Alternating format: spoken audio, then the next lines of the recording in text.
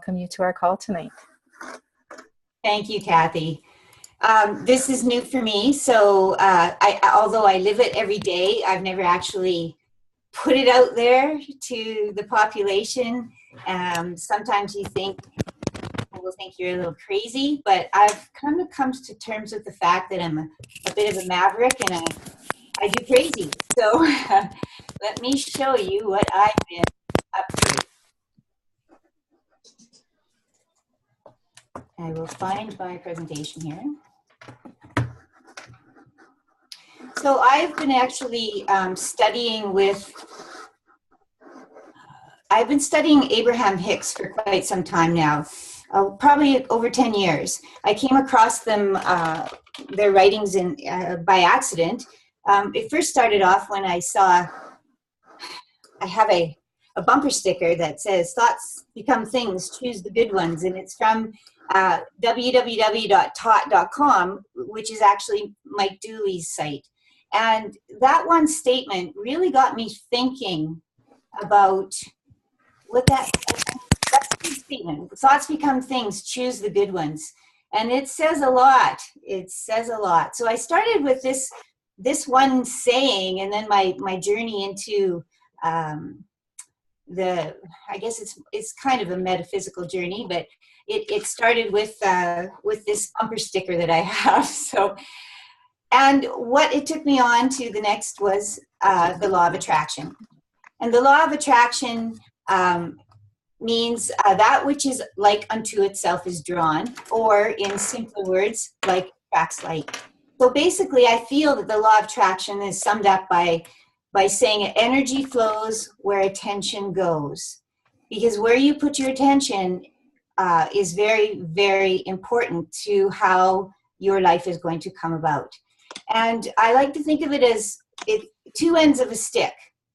One end is what you want, and the other end is what you don't want.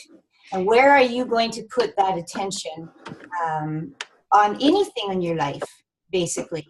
And how many of you have ever said to somebody, "Well, what do you want?"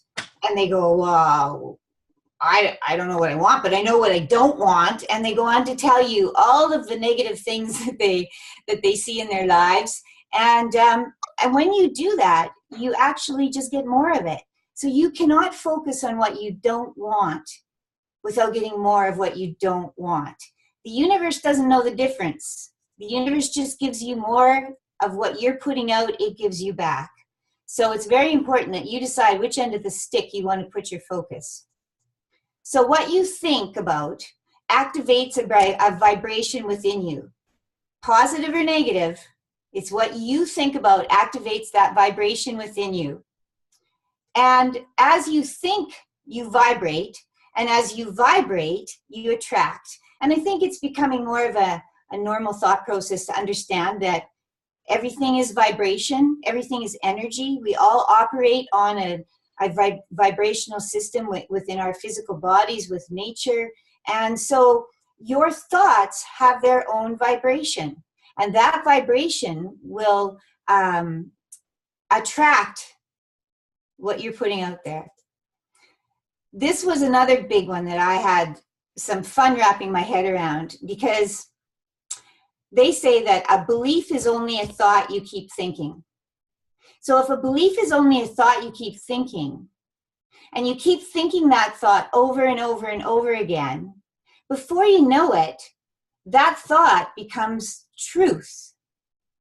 That belief now becomes truth. And you're like, "Oh no, it's true, it's true." But really, all you have to do is change your thought process, and you can change that belief. So if you think about it, we ingrain certain thoughts into our head, and when we think about them over and over and over again, they become a belief. And then you make decisions off of that belief because you see it as a truth. You make decisions off of a belief that is really just a thought that you thought about over and over and over again. And a lot of the trends and the ways that we operate in the world come from a collection of people that are all thinking the same thought, which totally becomes a belief and then becomes a truth. So that said, you can change whatever belief you have. You do not have to continue on with the belief that is no longer serving you by changing your thought process around that. So that's a big one to wrap your head around. But when you do, you realize it's very freeing to understand this, because you can change up anything at any time in your life if it is no longer serving you. That's very powerful. So as you think thoughts that feel good to you, you will be in harmony with who you really are. And do we really know who we are? That's a deep one. Your thoughts make up who you are. And again, if it's not serving you, you can change that. I think about all of this in relationship to how we're dealing with people with the Valentis products and where they're at in their thought process. So if you can get a grasp on this for yourself, then you can start better serving your customers by figuring out where they are in their belief system. You know, when you flat out say to somebody, well, what do you want with your health? And they just go on a tyrant about what they don't want. You know that they have a lot of resistance, but that doesn't mean you can't help them. You just have to understand that their belief system is not serving them. Let's look at the medical profession, for instance. A lot of people believe that they cannot actually figure out how their physical body works, that the doctor knows best. All right? That's a belief that has become a whole profession in a sense, right? So a lot of people don't believe that they can figure out on their own what's going on in their body or how to get themselves well again. That only a doctor can do that, and that is not true at all. Nobody knows your body more than you do, but our power has been taken away from us to believe that we can do that. It's just a belief that's based on some thoughts, and I think that what we're finding now, the more we get into the wellness arena with the Valentis products, is that we can help somebody change their belief system and take back their power. So it's pretty powerful stuff. So the emotional guidance scale. We all have the power to make our own decisions on everything, whether it feels good to us or not. It's called our emotional guidance system. And again, we're not really in tune with it as much as we should be. We don't trust ourselves, or we override an emotion and tell ourselves, well, that's just silly. I can't be afraid. That's just silly. What you want to do with anything is go to yourself, and say to yourself, how does this feel? Should I do this? And listen to what your body tells you. Your emotional guidance system will give you a yes, it feels good, or no, that doesn't feel good. An example is, how many times have you actually known that you shouldn't go somewhere, that it wasn't really what you should be doing, but you overrid that feeling inside of yourself that was like, you shouldn't really go there. And you went anyway, and it just all went to shit. Like, seriously, it just went all to shit. And you left there going, I knew it. I knew I shouldn't have gone, but you went anyway. That is your emotional guidance system. And if you don't listen to your the signals that are being sent to you, you end up doing something that's not good for you. This is really powerful, because if you're a person who worries a lot or thinks a lot of negative thoughts, you're going to be on that downward spiral always, because it's never going to go well for you. Where if you're a person who has a positive outlook on life and is always thinking in a more positive way, you're on the upward spiral and life will work a lot better for you. So really, if you ever need to know whether you should do something for yourself or not, just sit back and ask, is this good for me? Should I go there? Should I do this? Should I buy that? It'll fit into any question that you have to make, any decision that you have to make in your life. Just check in with your emotional guidance scale. We have, again, given our power away on that to other sources based on the belief that we don't know what's right for ourselves. We tend to give our power outside of ourselves, to look for somebody, a partner that will make you happy instead of realizing that you can make yourself happy. We tend to give away our power in so many ways to outside sources. And what we need to do is just bring it all back to our own heart and our own emotional guidance system and make these decisions based on what's right for you. It is not selfish. Selfish, that word has got such a bad rep. Selfish is something that we need to be, because if you can't take care of yourself, what are you worth to anybody else? So this is very powerful. The emotional guidance system, we all have it, every one of us. Whether you tap into it is your decision. So what you feel, you attract more of. When you feel lonely, you attract loneliness. When you feel poor, you attract poverty. When you feel sick, you attract sickness. When you feel unhappy, you attract more unhappiness. When you feel healthy and vital and alive and prosperous, you attract more of all those things as well. So if you're a person who's pretty positive and you end up in a conversation with somebody who's very negative and you can feel it just pulling yourself down, you do not need to go down to their level to help them. You stay where you are, and if they have anything in them, they'll come up. You cannot get sick enough to help somebody who's sick. You cannot get poor enough to help somebody who is poor.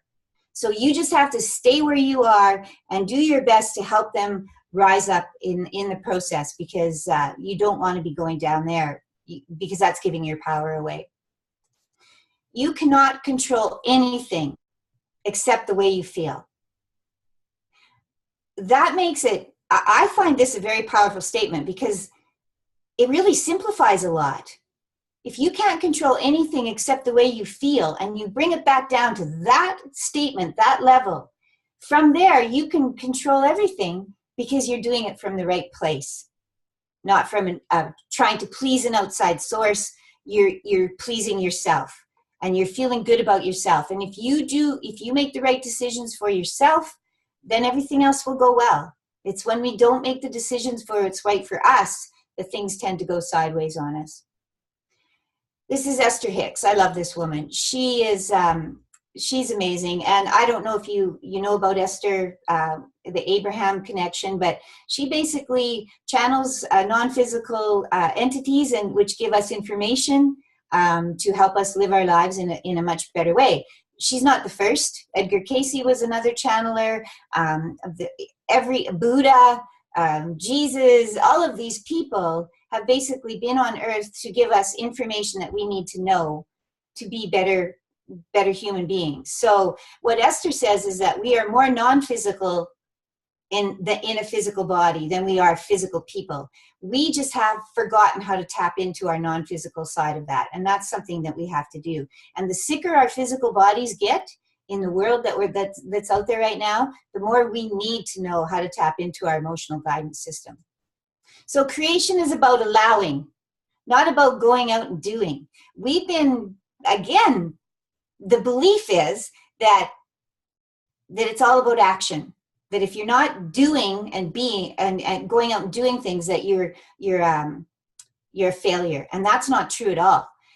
The whole thing about being successful is sitting back into the seat of allowing and not going out and doing and burning yourself out and working yourself to the bone and not believing that you deserve more. So creation is where you can find your self-worth.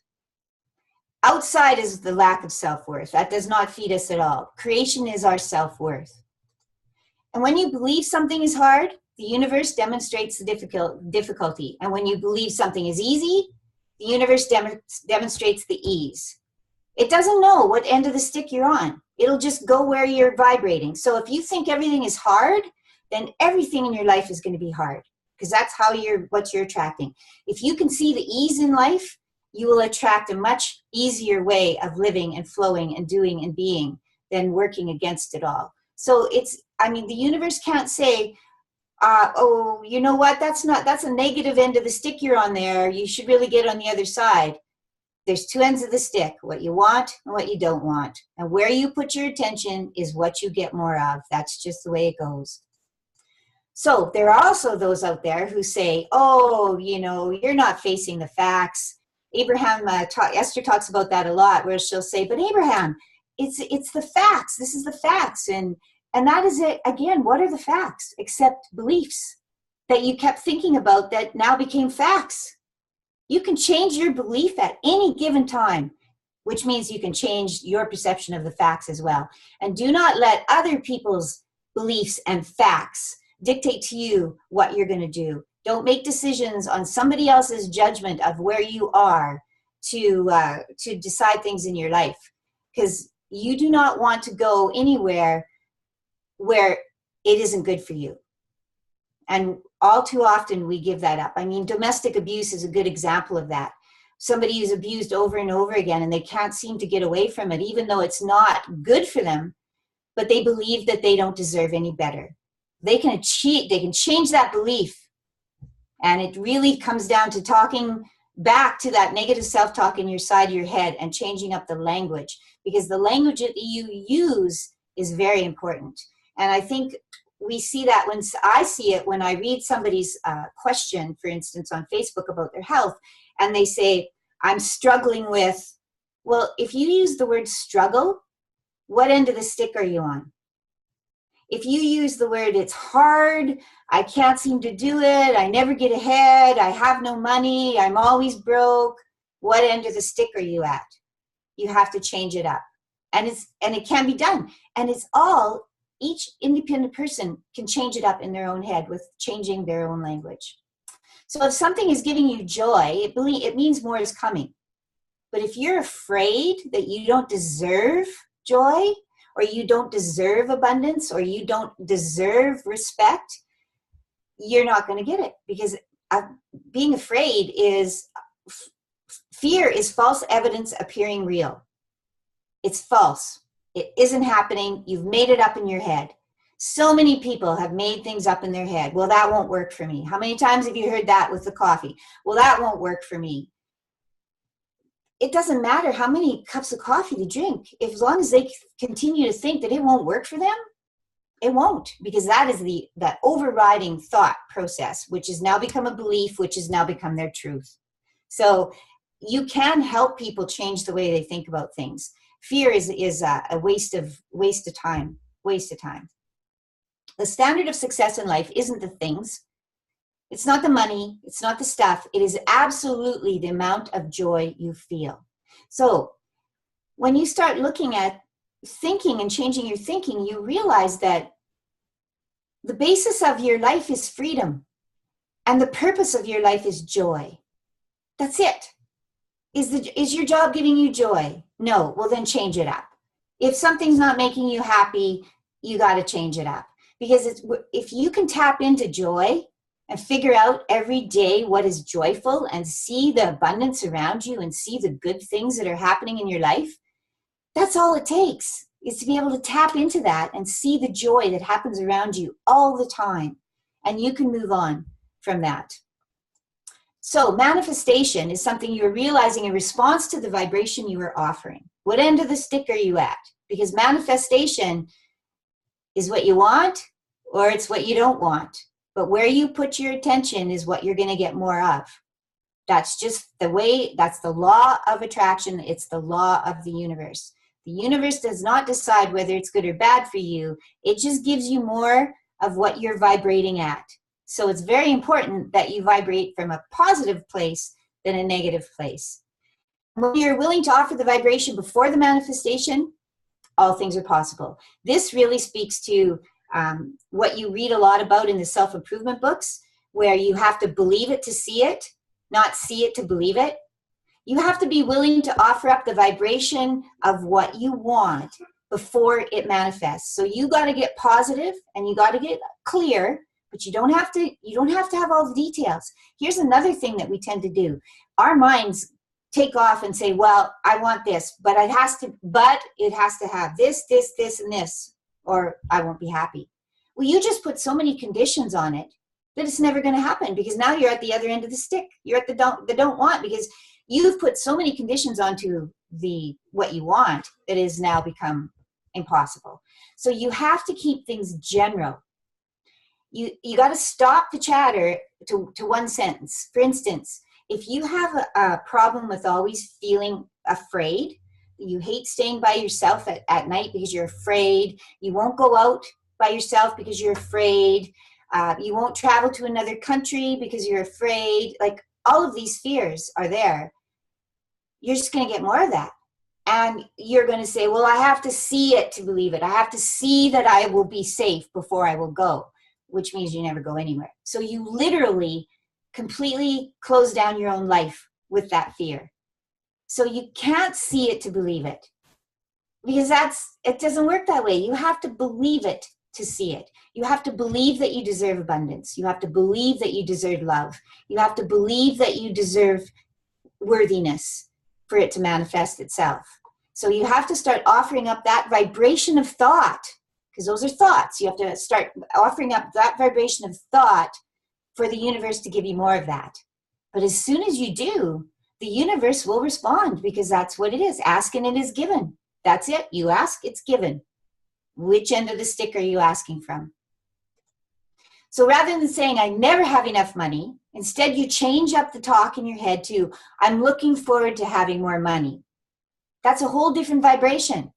I never have any money means you're never going to have any money, because that's the vibration you're putting out there, and that's what you're going to get more of. I'm looking forward to having more money opens up the possibilities and starts moving you towards the other end of the stick. All right. So how you talk to yourself in your head is very, very important. Using the word hate is a tough one. I worked really hard to stop using the word hate and start using the word dislike, because it had a softer vibration to it. I don't hate anything. Why would I even say that, right? So I had to change that up. So I started using the word dislike, and it sits a lot better with me. So you got to find those negative words that you're telling yourself and change them up. Find a different word. If you are always fearful, then you need to start saying to yourself over and over and over again, I am safe. I am safe. I do that when I'm driving down the highway and it's winter and the roads are shitty and I'm passing a semi. I hang on to that wheel and I say, I am safe. I am safe. And as I say it, I feel myself start to relax. Because as you start getting worried, you start tensing up. And as you start to tense up, the chances of you reacting or overreacting if the car starts to slide or anything are big. But if you're relaxed and you can sit back in the seat and enjoy the ride, it's way better. So I literally will feel myself starting to tense up, and I'll stop and go, whoa, I am safe. I am safe. And I can feel myself start to relax into it. You can say that walking down the street if you feel you're in a bad place and you're not sure what's going to happen. Because you know what? Bad things don't happen to good people. Bad things happen to people that are focused on that. And they're putting out the vibration that's going to attract that.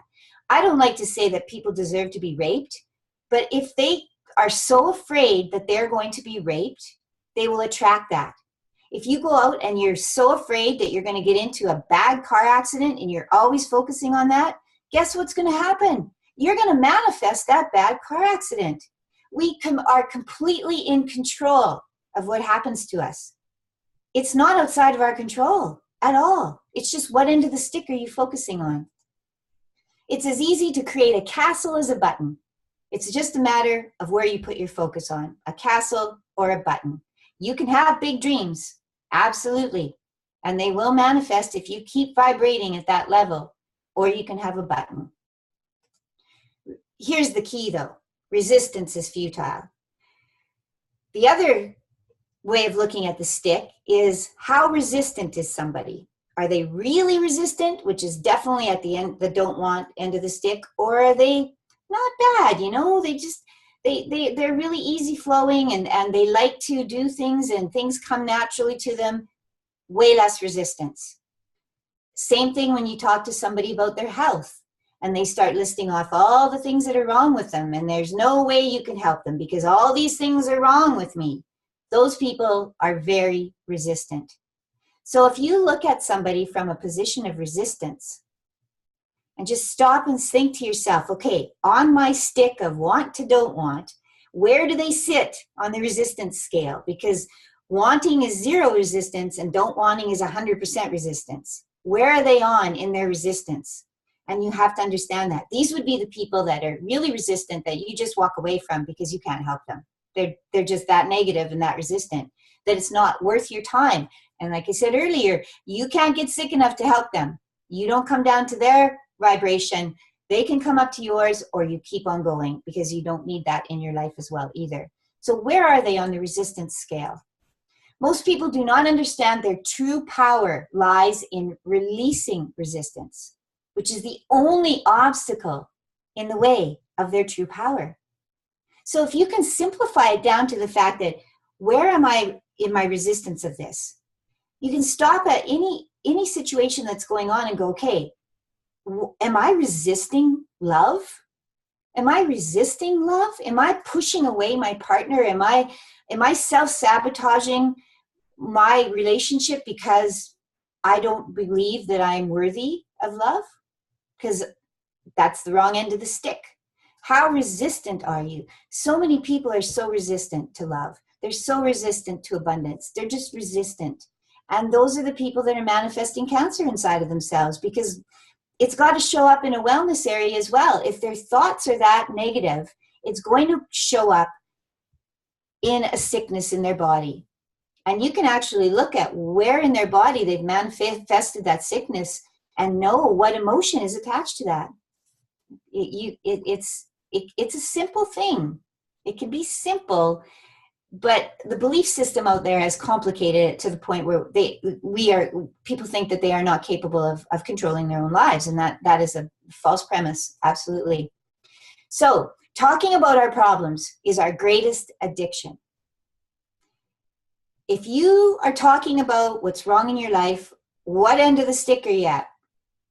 Are you going to get more of that? Are you going to be able to move away from that if you continue to talk about it? Talking about your problems creates the vibration that attracts more of the same. So you don't want to talk about your problems. You want to stop that negative talk in your head about what's wrong with your life and start focusing on the joys.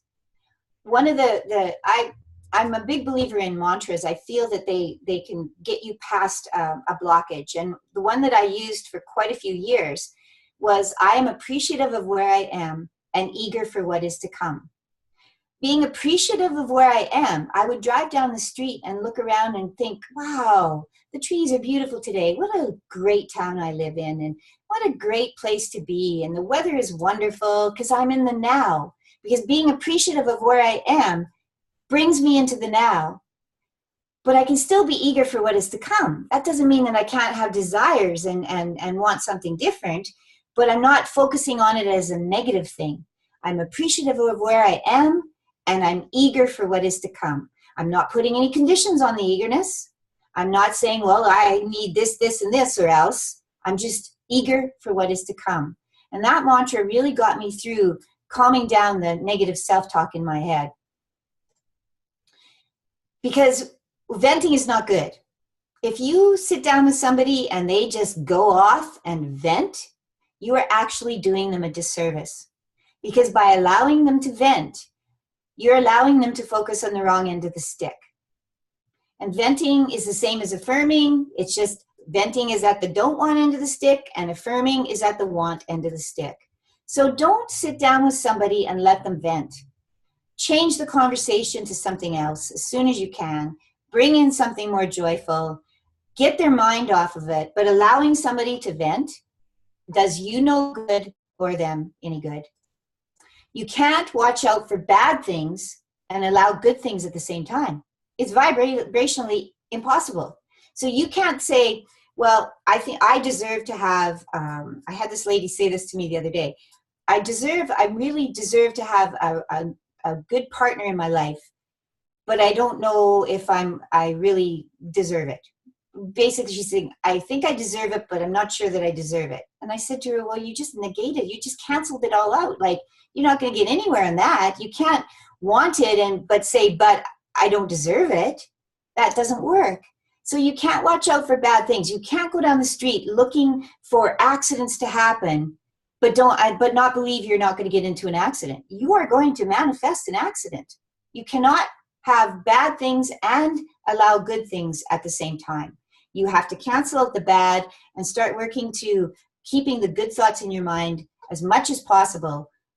And that's the way you stay out of trouble, basically. In your absence of resistance, everything you have asked for is making its way right to you. So when you can grab hold of this whole resistance thing, when something is just, you're beating your head against the wall about something, you have to stop and go, why am I resisting this? Check in with your emotional guidance system and say to yourself, is this good for me or is this not good for me? Because if you're banging your head against the wall, it's probably not good for you and you need to walk away. So check in with your emotional guidance system and figure out, am I resisting this? Am I resisting it for my good? For the health of my life? Or am I just banging my head against the wall? Because resistance is the key. How are you resisting? I wanted to throw this in here because I think procrastination gets a bad rap. I'm a procrastinator. I will put things off to the last minute. And I used to think that was really a bad thing. But the more I thought about it and the more I started to watch what happened, if I didn't do something when I thought I had to, and then I procrastinated, most of the time, more information had to come for me to make the right decision. So think about that. Procrastination is the wisdom not to force something when you're not vibrationally ready for it. Does that make procrastination a bad thing then? Or is that a smart thing to do? Just to sit and wait. My mom is somebody who has to plan her life 6 months in advance or in the future, and she'll be all, well, what do you think? Should we do this? Should we do this? I said, Mom, that's 2 months from now. I don't even know what I'm doing tomorrow. I can't help you with that decision because I will not make decisions that far ahead when I don't know what's going on. So when you start sitting back and allowing and not resisting, things flow to you and the information that you need to know comes to you when you need to know it because you're now open to receiving it. So procrastination is not a bad thing. It doesn't mean you're lazy. So what happens is that we start beating ourselves up. Well, I'm such a procrastinator, and you're just beating yourself up with the word procrastination. I'm such a procrastinator. And you turn it into a bad vibration when it isn't at all. You just got to hang in there and wait for all the information to come. True patience is knowing that you want it, knowing that it's coming, and enjoying the ride along the way. True patience is being in the now and knowing that it's okay. I don't have to make all these decisions. I can just wait and see what flows to me and just ride with it. True patience. Patience is a virtue, they say. But true patience is just knowing that it's coming, knowing that you deserve it, knowing that you are worthy, knowing that the journey is as fun as the destination, because that's where the patience lies, is in the journey. And worrying is using your imagination to create things that you don't want. Worrying is such a waste of time. And they say 90% of what you worry about doesn't happen anyway. People who worry themselves into illness. Those are the people with IBS. Those are the people with bowel problems. Those are the people who are neurologically just, a nervous mess. Worrying is not checking in with your emotional guidance system to see if it's good or bad for you. Worrying is imagining all of the things that could go wrong and then imagining how they could all go wrong and then playing them over and over again in your head because you really deep down underneath it all don't think you deserve to be worthy. Somebody who worries really doesn't feel that they deserve to be worthy. And you can help somebody with that, but worrying is just, wow. Somebody starts worrying about their health. That's one thing about the medical profession that drives me crazy, and I hear it more and more all the time where people say, well, he told her she had 2 months to live. Who gets off on telling somebody they have 2 months to live? They have no idea about the will of that person or what could happen. And miracles happen when people don't listen to that shit and get on with their lives and stop worrying. But medical profession plays on our worry. They push people into chemotherapy and radiation before they've even had a chance to process the fact that there's something wrong in their body. And they play on worry. And that really is not good with the medical profession, that they do that. They push people into things that it's just not fair at all. So then somebody gets a diagnosis like, like breast cancer, and then next thing you know, they're in chemo, and then they're in radiation, and then they lose their breasts, and then where's their life? No, we need to take back our power. Absolutely.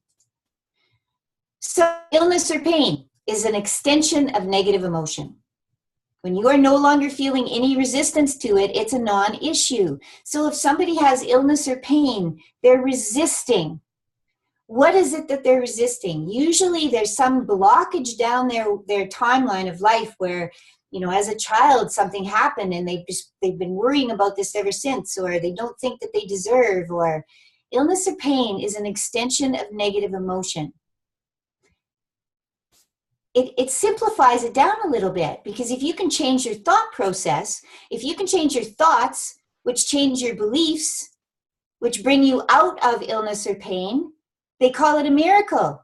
Well, you know what? We can make miracles happen all the time by changing our thoughts and changing our beliefs and getting ourselves out of sickness.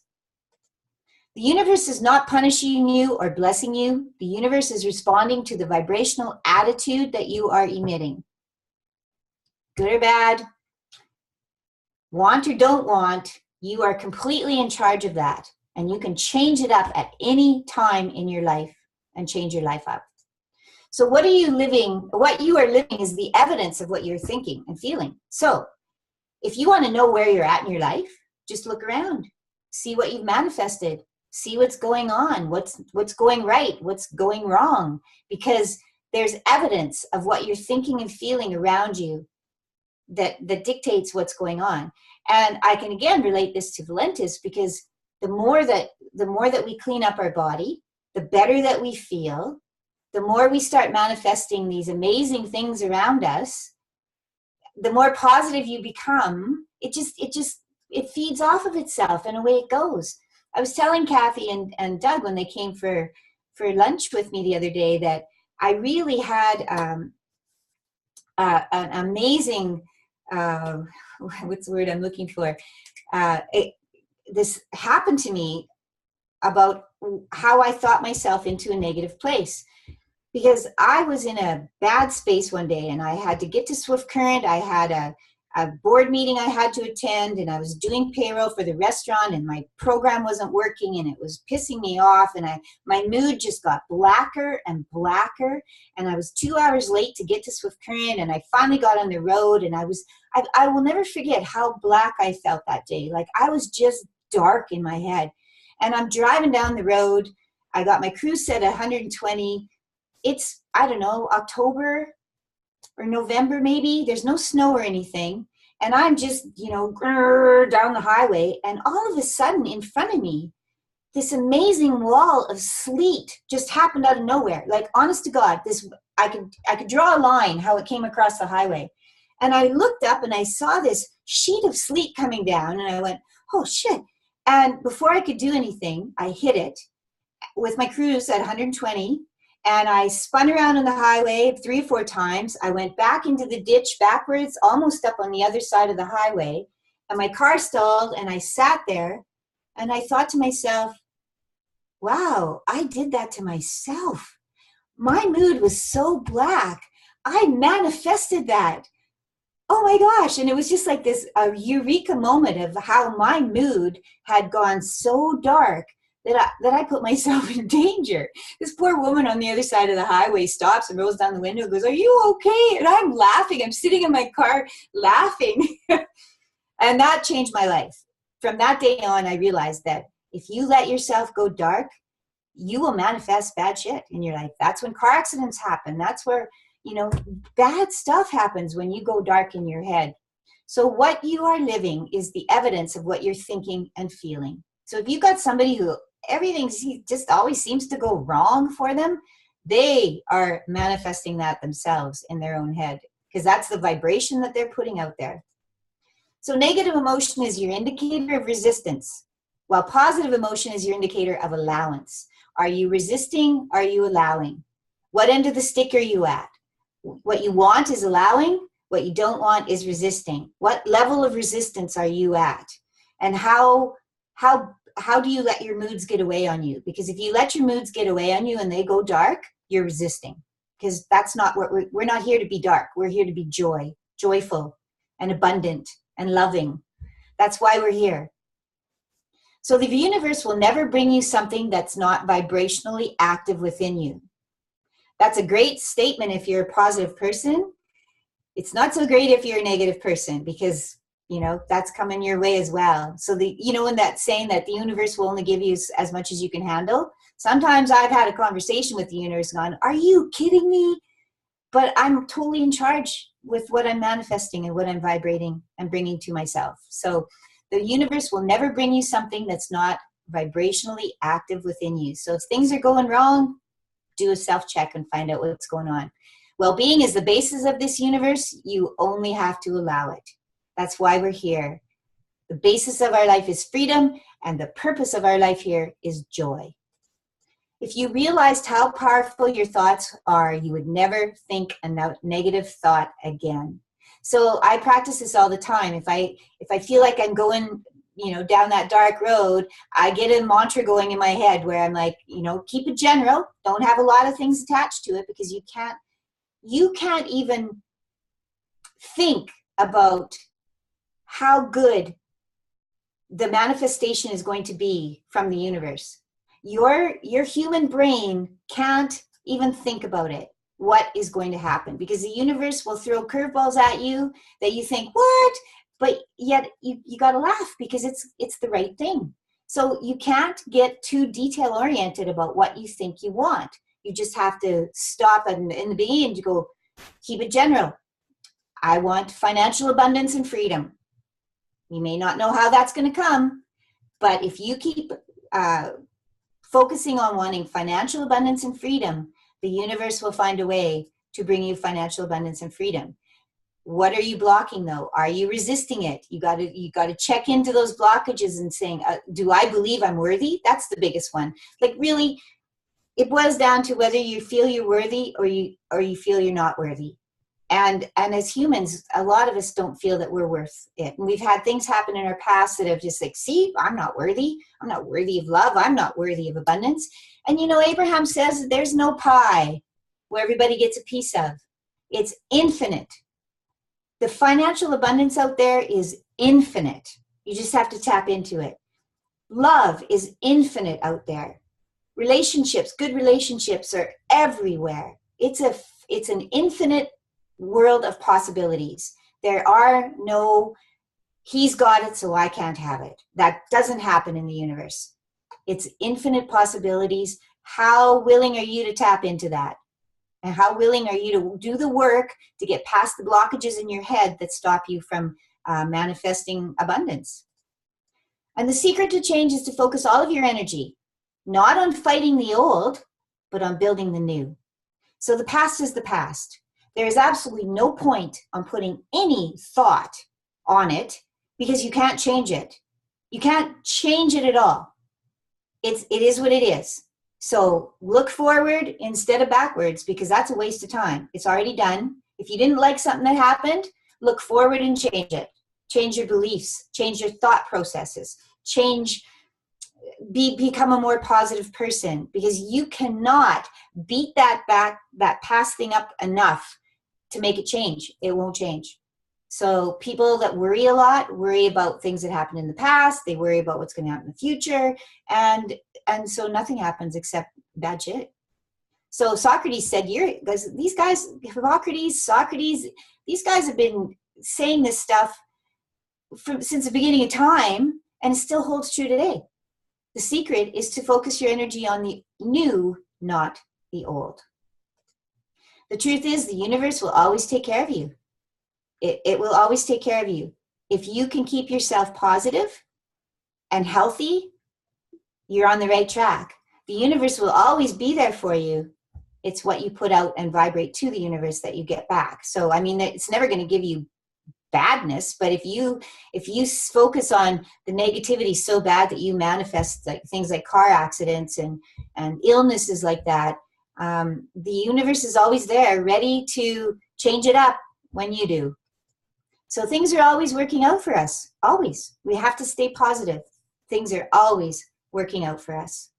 And that's my little piece of craziness for the day. Thank you for listening.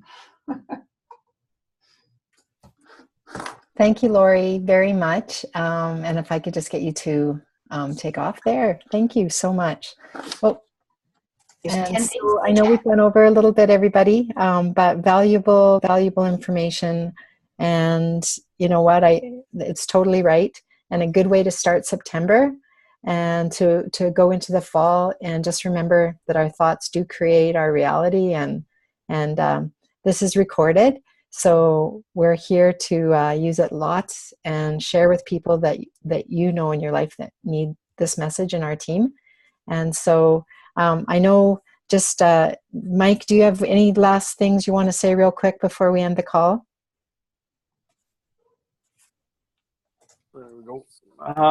Not really. The only thing I would say is today I had a third-party validation work out really well. So keep up with your customers, you guys, because their examples are what's going to attract new people. So do lots of following up, and your customers will create your business.